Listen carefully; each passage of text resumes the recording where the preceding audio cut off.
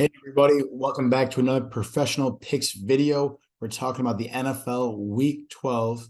Sliwa is not with us this video. I know, I'm sad as well, but he's out in Vegas partying and watching our Illini play basketball, so cannot blame him at all for that one. Looking into Week 12, but before we do, don't forget, as always, if you're enjoying the video and loving this content, definitely give the video a like, subscribe to the page. It would mean a lot to us, and then to let us know in the comment section what you think about the games in Week 12, who you're picking, and if you agree or disagree with anything that I'm talking about. Looking at our Week 11 card here, Broncos couldn't get it done in overtime. Cowboys stomped on the Vikings. Steelers got outpaced by that Bengals offense despite TJ Watt's great performance. And the Bills and the Titans both covered outright in their games, but the teaser made it a no-sweat bet. And if you missed our Thanksgiving video, which I'll post a link to if you want to watch that, we covered the Bills, Cowboys, and Vikings games. I like the Bills to stomp on the Lions. I think they have a great mismatch there. And then Cowboys, favored by 8 points originally. I think a 2-point win is pretty reasonable here for them at home. And the Patriots, 9 points on the road. I think they match up with the Vikings really well this game, as you can listen to my analysis for those in the aforementioned video. But moving on to our games in our card for Week 12 here, we got the Bears that are +5 going to New York, playing the Jets here. I bet you the Jets haven't been 5-point favorites in a long time here. This game, I bet, is definitely subject to line movement as Justin Fields is nursing a shoulder injury. We'll see what happens there. Quick thing to mention here, this is a tale of two polar opposites. The Jets have the best defensive grade in the NFL, and the Bears have the worst defensive grade in the NFL. Now, more often than not, when teams like that match up against each other, the team with the better defense wins way more often than the other one does. Then you add on to that the fact that Justin Fields, who has been the only spark plug this season of late for the Bears offense, is he's nursing that shoulder injury, but also he's seen on the sideline, getting his hamstring checked out too. So that was something that ailed him during that game against the Falcons. Put those together, I don't think the Bears have a great shot. -5, though, for the Jets is a little much here, especially the way they played offensively against the Patriots. Now, granted, the Patriots are one of the highest rated defenses in football, and so I'm not that shocked that they gave the Jets fits. I think New York and whoever's starting at quarterback, whether that be Zach Wilson or anyone else for the Jets, is going to have a much easier time against this Bears defense. That being said, it's been shown all season long that Zach Wilson has struggled at quarterback, and that's why Robert Saleh, the head coach of the Jets, is considering benching him. But I'm not sure the backup would be that much better.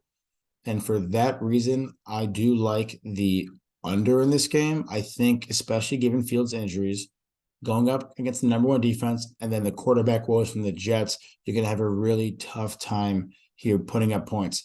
My one fear is that the Jets just blow out the Bears because the Bears defense can't stop anybody. But I'm hoping that, again, their struggles on offense continue. I don't think it's going to be as extreme as it was against the Patriots, but certainly I hope it doesn't do that well. You're looking at the Jets on offense. They haven't been that great at offense this season. They have the 8th worst run game in football, especially Hurts after Breece Hall's been out. Their offense has taken a toll. And then in terms of the passing game, they aren't that great either, as the Jets have the worst passing grade in all of football. So you take an inept offense going up against a decent offense with a hurt quarterback against an elite defense. Seems like there's going to be not a lot of points to me. So I'm really liking that here. Again, the Jets are the worst overall offensive ranked team in the league here. Bears are middle of the pack at 15, but I think a lot of that's been boosted by Justin Fields and his explosiveness at quarterback.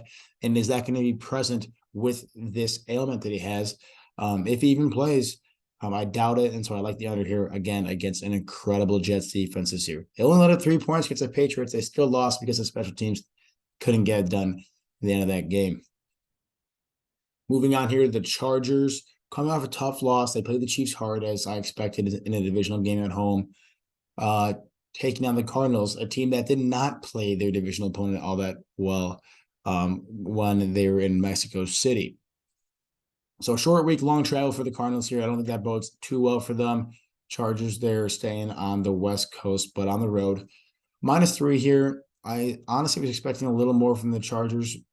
a little more favoritism and a higher spread here for them. I just think that, you saw a lot of good things there against the Chiefs. They competed. They were tough. You'd like to see Mike Williams and Keenan Allen on offense get back there. A lot of passing to the back, Austin Eckler too. As for the Cardinals, we haven't gotten a great assessment of them the last couple of weeks because Kyler Murray has been out. I know he was very much a game time decision playing against the 49ers in Mexico City, so I can all but guarantee that he will be playing this next Sunday against them. But even so, I don't think that really matters that much. It definitely makes the spread a little bit closer, but I still like the Chargers to win this game here. And in my mind, -3 for the most part is, if I'm betting a team, it's more likely than not, happens more often than not, they win by more than 3 points or more. So I like the Chargers -3 here. I think they're due for a win. This is still a playoff team, and they're showing, as they're getting healthier too, that they are going to play the Chiefs and anyone else in this league very tough. They're starting to come into their own, especially on offense. Again, getting some key receivers back. So in the same sense, we haven't really seen the true Chargers in the last few weeks because we haven't seen them at full strength in offense, which, as we all know, when they're healthy, is very good. They got guys like Josh Palmer much more integrated in this offense when Williams and Allen's absence. I think that experience for him and that role for him will only help this offense as other role players get to have a better sense of identity and feel within this offensive system and getting better rapport with Justin Herbert. And so the Cardinals, you saw even with Colt McCoy, their offense is they're going to feed DeAndre Hopkins. Rondale Moore now didn't play that a lot of 3/4 of that game. That's going to hurt them again. That's going to make them even more one-dimensional on offense. They can't get the run game going. Their offensive line still woes there. We're looking at, this Cardinals offense here. Their passing game is, slightly above average here. Running game certainly below average, as they are in a bottom 10 team in the league and just to run offense. They don't have that much going on for them. Their defense isn't that great either, despite having, good talent, guys like Budda Baker, J.J. Watt. Cardinals are the 26th graded defense in football. The way their offensive plays, they can't afford that, especially not against this Chargers team that, when fully healthy, is very, very dangerous on offense. So I like the Chargers here -3. Again, this is a team that I think I think we can all agree the AFC West divisional title is out of reach for them, but they're still very much fighting for a playoff spot here, whereas the Cardinals season certainly is not. Cardinals team also in turmoil there. I like the Chargers here, even on the road.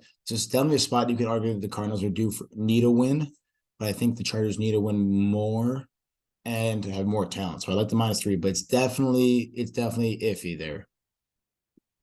Moving on, we got the Laramie Tunsil game, as I like to call it. I hope somebody gets that out there. But they got the Dolphins, 12-point favorites at home, off a bye against the Texans here. There's not much we need to talk about the disparity between these two teams. We already know that, and the spread implies that. Just talking about some two big things here. The second worst graded defense in football is the Houston Texans, slightly better than the Bears, but not by much. The Bears and Texans far and away worse than any two teams on defense. And the real, weakness in this team is the coverage, the passing game. Third worst coverage team. So third worst passing defense in all of football here.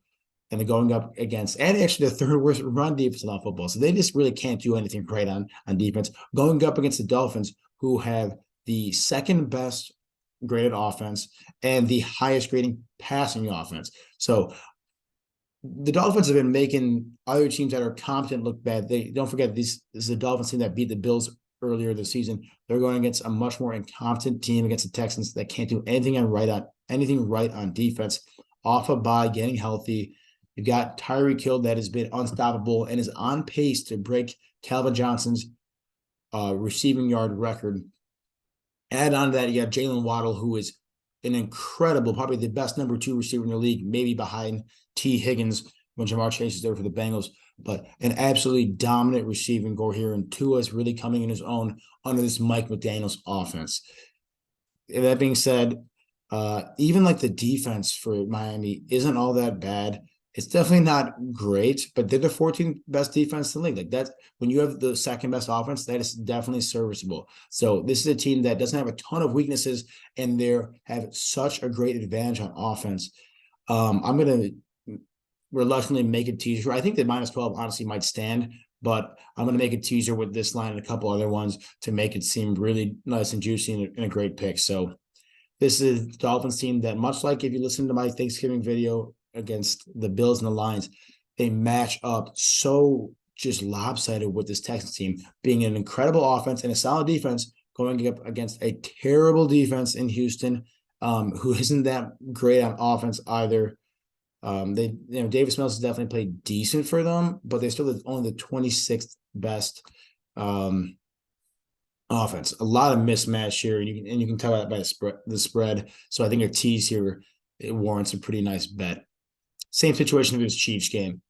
Last time these two teams played, it was, I don't think I'm exaggerating, the greatest football game I've ever seen. Over 100 points scored.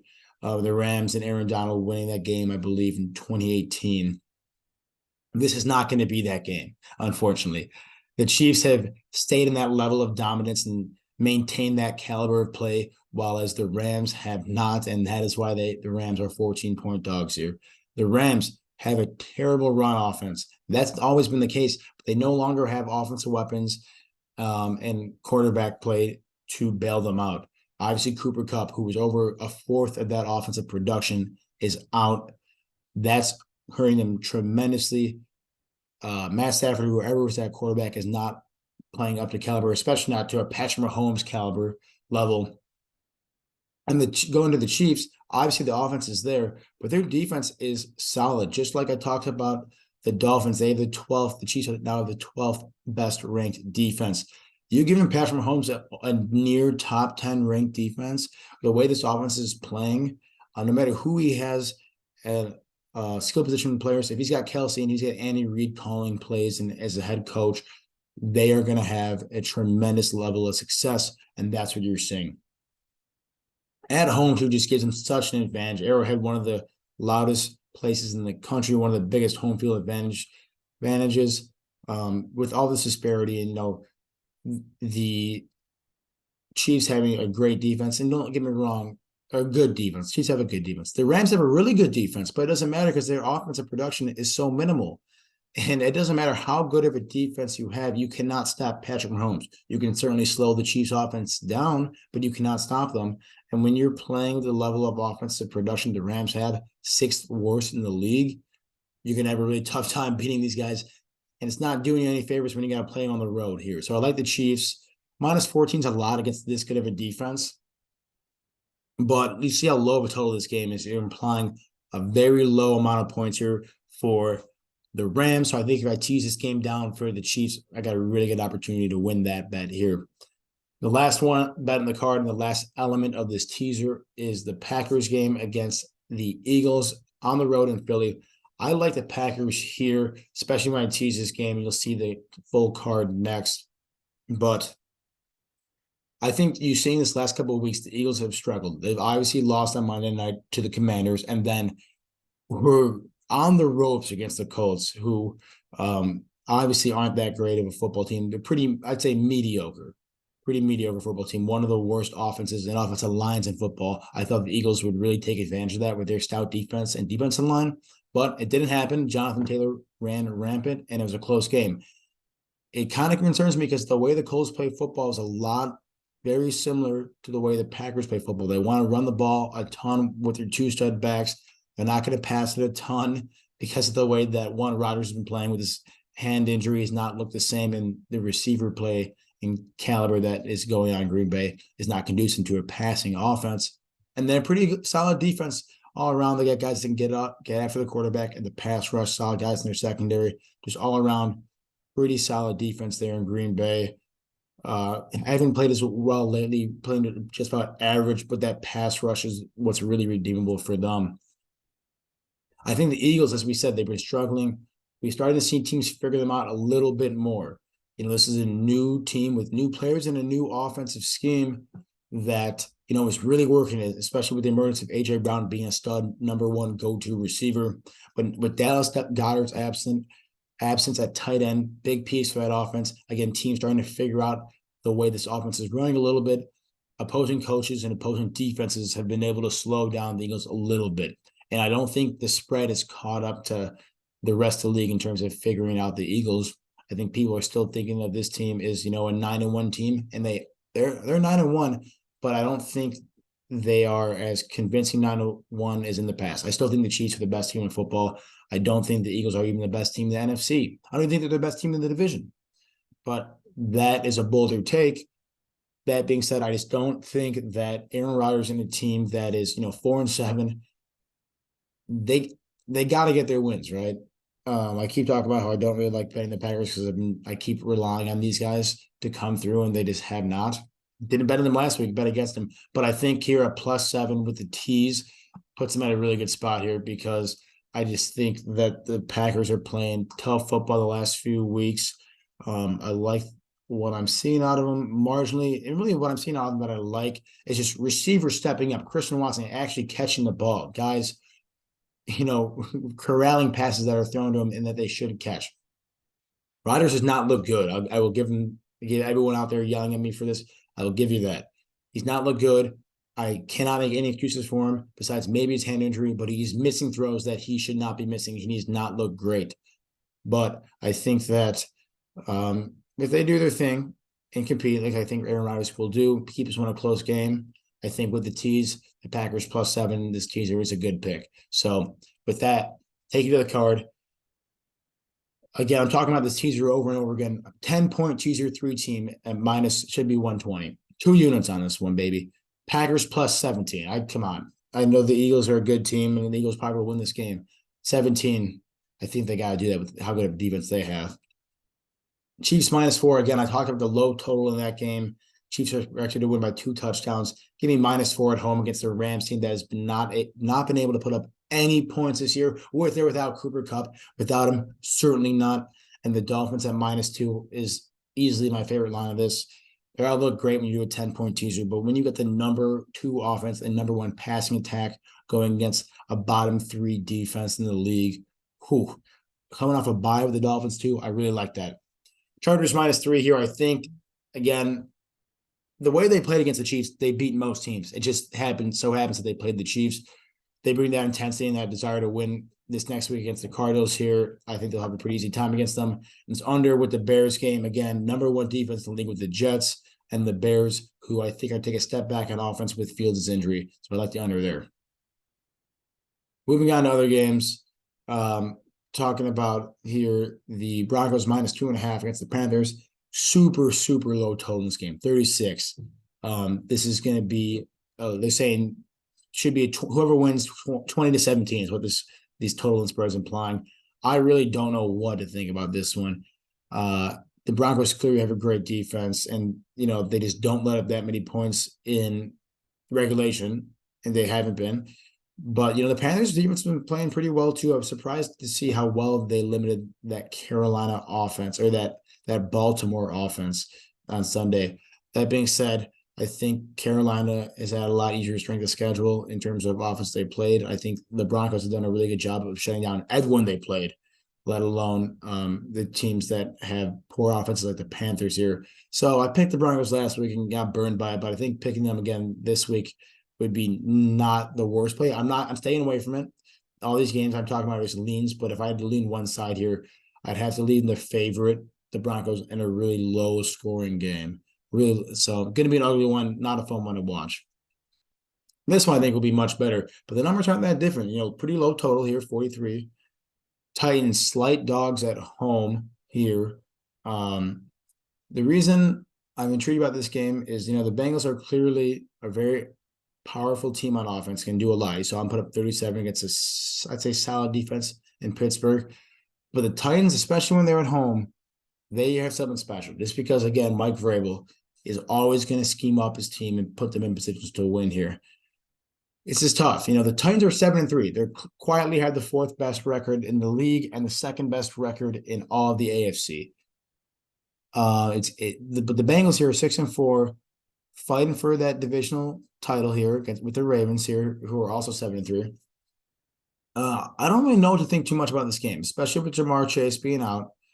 You lose a little bit of firepower there on offense, which they've been dealing with, and sometimes they do great, as they did last week. Sometimes they struggle a little bit.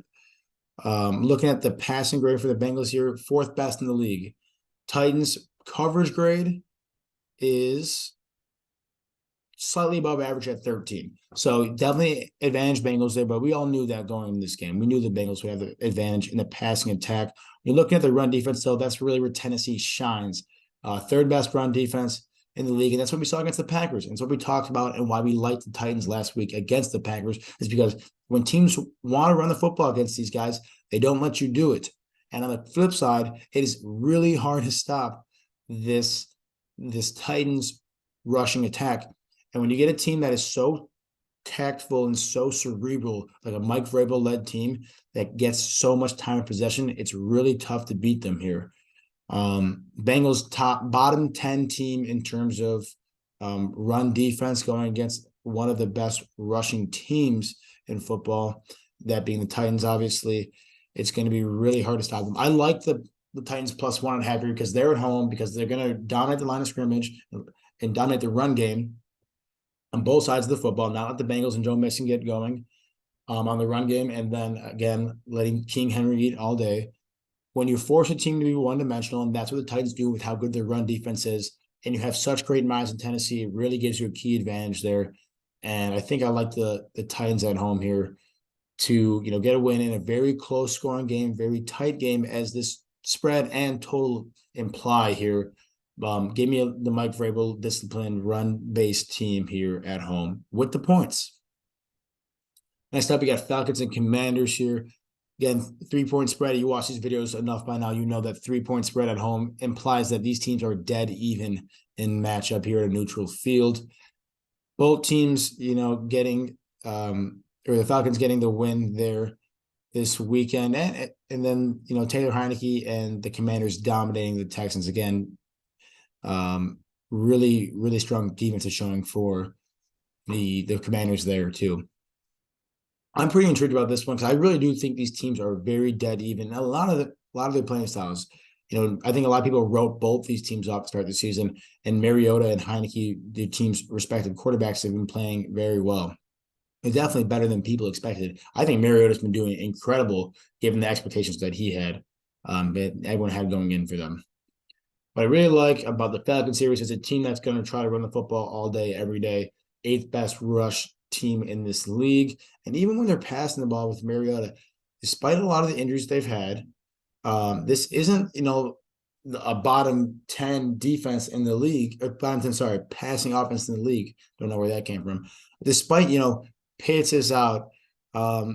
Who's that receiver that from Alabama that got suspended for gambling? Ridley hasn't played a game all year. Like, they don't have a ton of weapons on offense. Mariota, not known for his passing, but he's definitely helping this team do well in the running game, in addition to guys like Cordell Patterson. So I really like what the Falcons are having going on offense. You look on the flip side for the Commanders offense here. Commanders offense with Heineke definitely has a spark. They're using Scary Terry, but their passing offense is 29th best ranked in the league. Running grade for the Commanders here, 21st in the league. So these are two offenses that overall haven't been great, but the edge definitely goes to the Falcons here, who have really done well controlling the football and controlling time possession with that run game, whereas Commanders haven't been able to do that as much, but certainly had the X factor spark with Heineke. When you look on the defensive side of things, Commanders, as they've been doing week in and week out, dominating with their front seven, stopping the run with the pass rush. Commanders top 10 defense. They were number 8 overall ranked defensively. The Falcons here fall a lot short at 25. So offensive edge definitely goes to the Falcons. Defense certainly goes to the Commanders. And when it all comes down to it, and it's an even game, coin flip game, there's a lot of things. Number one thing I want to look at is quarterback. I think the quarterback play is pretty even, but X factor goes to the Commanders. So point Commanders there. Another thing, close game, coin flip game. I want the home team. And then third, I want a team with a good pass rush, because a good pass rush can disrupt everything. I don't care if you're the best passing offense in the league. If you have no time to throw in that pocket, then you're not going to be able to hit your receivers downfield. Those three things all point me to say and lean towards the Commanders here. I like that. I'm considering adding that to the card. I'm not going to unless Sliwa also likes the Commanders here. But I think this is a good lean there at -3. They got a lot of things going for them. Bucs, 3 coming off their bye week here, get a little healthier, more time to collect themselves as a team. They really need to step it up, I think, facing the Browns, who are a week away, I believe, from getting Deshaun Watson back. This is the last week without him. Another game here for Jacoby Brissett at home. Lost to the Bills in Detroit last time. The Bucs again off a bye. Hard to say with the numbers in this Bucs team because I believe their talent and their roster is much better than the grades they've been giving, and just what my eyeballs have seen. I think this Bucs team is a top 5 talented team, but they've certainly not been playing like it. Their offensive line has been decimated. Their run blocking, their pass blocking has been, or their run blocking has been brutal. Pass blocking has been very good, top 3 in the league in pass blocking, but run block with that team, they have not been able to get the run game going all season long. Bottom 10 run block team in the league. That's really hurt them. Going against a Browns team that loves to run the football. In terms of running game, the Browns are the second best graded run team in football, but it's obviously the Browns are the Browns because they haven't been able to get the passing going as great as I'd want to. Joe Brissett has had some good games, but he certainly struggled, and he's like you saw that against Buffalo. And it seems like Jacoby Brissett does struggle against pretty good defenses. The Bills have a solid defense here. The Bucs actually have a below average graded defense. If you're going by this source of truth being Pro Football Focus, the Bucs actually have been severely underperforming on defense this year. At number 19 in the league here. Their pass rush really hasn't been getting there as much as it used to in the past. A lot of the things that this Bucs team used to be able to rest on both offense and defense has not been there. Their one saving grace here is that their passing defense is the 7th best in the league, but their run defense has really been falling short. And again, that's what's going to hurt you against this Browns team. And so while I do think, Tom Brady and the Bucs really need to get going here, they're 5-5. They're fighting for that, that divisional title, which is super, super close for no reason. I think the Bucs should be running away with this, but they're not. I'm not sure if I like the Bucs here with that mismatch with the Browns run game versus the Bucs run defense, but I think because they're coming off a bye, they're getting healthier, they're getting better integrated in this offense, and the fact that I think it's closer for a must win for the Bucs. I'm throwing out some of the numbers, playing a little bit more of the narrative here. I like the Bucs -3 on the road. Talking about the Ravens here, who had a tough showing, even in a win against Carolina, taking on the Jags, who are coming off a bye as 4-point dogs at home. Which is intriguing to me because I've been up and down the Jaguars all year. I think they've looked very solid at times, and they've fallen flat certainly just as many times. Jaguars here with the 21st ranked defense in the league here. They've really fallen off in the second half of this season. Their run defense here is what's really not doing too good in a couple of different sides. Actually, their run defense is top 10, but it's their coverage D that's really, really sinking this team to make them so bad. They're the 5th worst coverage team in the league, but that doesn't matter so much against the Ravens. But outside of Mark Andrews, there's really not a great option to throw to. It's really the Mark Andrews and Lamar Jackson show. The Ravens want to run the football all day, every day, with or without Lamar Jackson. They're going to always run a running back by committee, and then they're going to set the play action and try to find Mark Andrews and other guys downfield. And you saw against Carolina, if you don't want them to get that run game going, then it's hard for those play action passes and those other passes to happen and develop organically. That's something that they might run into the Jags, who, like I said, have a top 10 run defense. He's coming off a bye, so a little fresher too. That definitely helps in a gritty run game, trenches style battle that the Ravens like to play. And the Ravens just frankly haven't looked as explosive on offense in the second half of this season and of late. If you look at the offense side for the Jaguars here, they're not that great, but they definitely have their moments. Sometimes game after game, Travis Etienne's been really good for them. Christian Kirk at wide receiver seems to step up now and again. But at the end of the day, this Jaguars team is the 22nd ranked offense here. And it's just because they're both average at running and passing here. Ravens have a solid defense. You saw against Carolina, but that's a tough litmus test because Carolina is not a good offense here. But I really like the emergence of Roquan Smith. Marlon Humphreys at cornerback has, been playing great all season long. Again, that Roquan Smith signing or trade with the Bears really fortifying that run game, that front seven there. But with the way the Ravens have looked and the issues with the run mismatch against the Jags, I think I want to lean Jags plus 4.5 here, coming off a bye. This seems like one of those games that Jags come out and compete in. Talking next about the Raiders, who the big overtime win against the Broncos, taking on the Seahawks here. I was honestly surprised about this 3.5 point spread because in my mind, again, take away the home field advantage. This is basically saying pretty close to a coin flip game. In my mind, I think the Falcons, the Seahawks are a much better football team than the Raiders. I think most teams are a much better football team than the Raiders. I think they have a lot of talent there in Las Vegas, but I think the coaching is what the real issue is. That being said, I'm surprised that it's 3.5 points only as the underdog for the Raiders. That win against, the Broncos really doesn't mean much. That game happened kind of how I expected to go. The Broncos weren't going to score that much, but they weren't going to let the Raiders score that much either. Someone had to win that game. But when you're looking at these teams' overall rankings, the Seahawks have a good record, and right now they're looking solid for, maybe a wild card spot in the playoffs here. But taking a look at, overall rankings, Seahawks are 12th, Raiders are 20. So these teams aren't super close, and the Seahawks are obviously above average, Raiders below average. So why is it only a 3.5 point spread? I think you can go into a lot of numbers and data here, but that can probably validate the Seahawks. But I think everything points to the Seahawks being better than a 3.5 point favorite at home, where they're notorious for having an incredible home field advantage. On offense here, the Seahawks are the 8th best graded offense behind Geno Smith, who's been playing great, throwing the ball to DK Metcalf, Tyler Lockett, and then Kenneth Walker at running back has been doing great. So why is it that the Raiders are only favored by 3.5 points? I really can't get my head around it, and it's making me think that they're going to cover here. The Raiders have a great run offense and the highest graded run offense in all of football, but it's not like the Seahawks defense is that bad in the run game. They're just perfectly average. So I'm trying to figure out what this advantage is, that they're even a relative advantage in some aspect that the Raiders might have, and the Seahawks don't seem to have any blatant weaknesses. So that's just my thinking out loud in this game. If I had to pick a side, my brain says all signs point to Seahawks minus 3.5, but it just seems too easy. I'm definitely staying away from this one.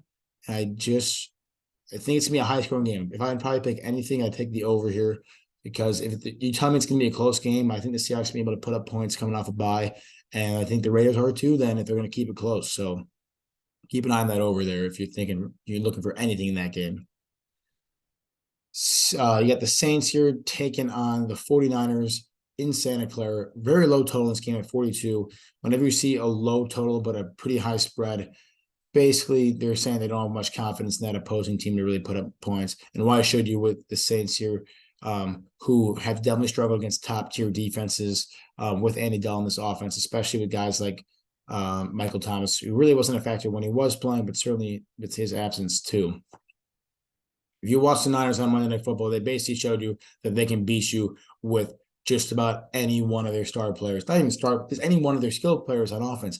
Christian McCaffrey, Deebo Samuel, George Kittle, and then Brandon Ayuk having a big game too. There's just so many threats on this offense to stop that you can't possibly do it all, no matter how good your defense is. And the Saints have a decent defense, and nothing special here. They haven't been playing too great here. Below average defense going against a top graded offense and a top graded defense there for the Niners, in top 10 in each. Something I'd definitely be worried about. I don't think I like the Niners 8.5 here because I don't know what to do. It's tough. It's really tough in a game with this low scoring here. But actually, give me the Niners minus 8.5. I think with the way they looked against the Cardinals there, they obviously are clearly getting more and more fine-tuning this offense, and Christian McCaffrey's presence, Kyle Shanahan getting into his bag a little bit more in play calling, getting everyone involved when you have that much talent here. Look for the Saints to really struggle against a great 49ers defense, who is so well coached under defense coordinator DeMeco Ryans. Going to be getting head coaching looks real soon with the way he's making that defense look. But when you get guys like Fred Warner and Nick Bosa to play around with, it's easy to see why this Niners defense is a top 5 defense in the league. Final game we're going to talk about here are the Colts and the Steelers here. And this is going to be an ugly game again, as this over-under implies. The more and more you start watching these videos and just gambling in general, you start to get a read what the spread and total can tell you a lot about what Vegas thinks this game script is going to be. And what this is saying is that it's going to be a really close game, and there's not going to be a lot of points, and it's going to be ugly, and someone's got to win this one. And we'd be surprised if someone put up 20 points this game. Looking here, and again, if I even just throw out all the metrics and grades like I've been talking about, and just go what I say about close games against coin flip teams, I usually like the home team. And then again, I like the home team when they want to run the football a lot. And that's what the Colts are going to do with Jonathan Taylor. You saw that against the Eagles there. Unfortunately, it wasn't enough. We're looking at rush defense here. The Steelers have not been Steeler-like, but still very good here. Very good top 10 the run defense. It's just their secondary is what's been ailing them. And so at least that'll help the Colts a little bit. The Colts don't need that much help running against anybody with Jonathan Taylor. As long as that offensive line is meshing, they can run the ball against anyone. It's their passing game and really their quarterback situation that's been hurting them. With the Steelers, I think TJ Watt coming back, you saw it instantly against the Bengals, makes a huge difference, coming up with sacks, interceptions, running all over the field, helps the Steelers a lot. I'd like to see Najee Harris get back in that offense a little bit and look a little bit better there, getting a touchdown and just getting more yardages in this Steelers offense. And I really like the way Kenny Pickett's been looking. See, obviously got a lot of talent at receivers, a solid tight end with Pat Freiermuth. I like the way he's been looking here. And I think the quarterback edge coupled with, TJ Watt here, despite being on the road in a low, close scoring game, I think I like the Steelers here. They certainly have had a better looking offensive line this year than the Colts. Colts have the 4th worst pass blocking offense in football. And if you watch any of their games, it's not a surprise to you, as you constantly see Matt Ryan and Ellinger coughing the football, getting strip sacked. Couple that with TJ Watt and this revitalized Steelers D-line, I think it's going to be, again, an ugly, hard-fought game, but that X factor right there in the offensive D-line matchup with TJ Watt, coupled with the fact that I really like the way that Kenny Pickett's been looking, makes me lean Steelers plus 2.5. I think the Steelers win this game. Going back, Sunday card here, we got the Jets, Bears under, Chargers -3, and this 3-team teaser. Add all this on top to the Thanksgiving Day card that I posted in an earlier video, and that rounds out our Week 12 bets, and that rounds out this Week 12 video. So I hope you guys enjoyed this one, and best of luck betting, and watching the games in Week 12, and making your picks, and enjoy the time with your family this Thanksgiving. Bye, guys.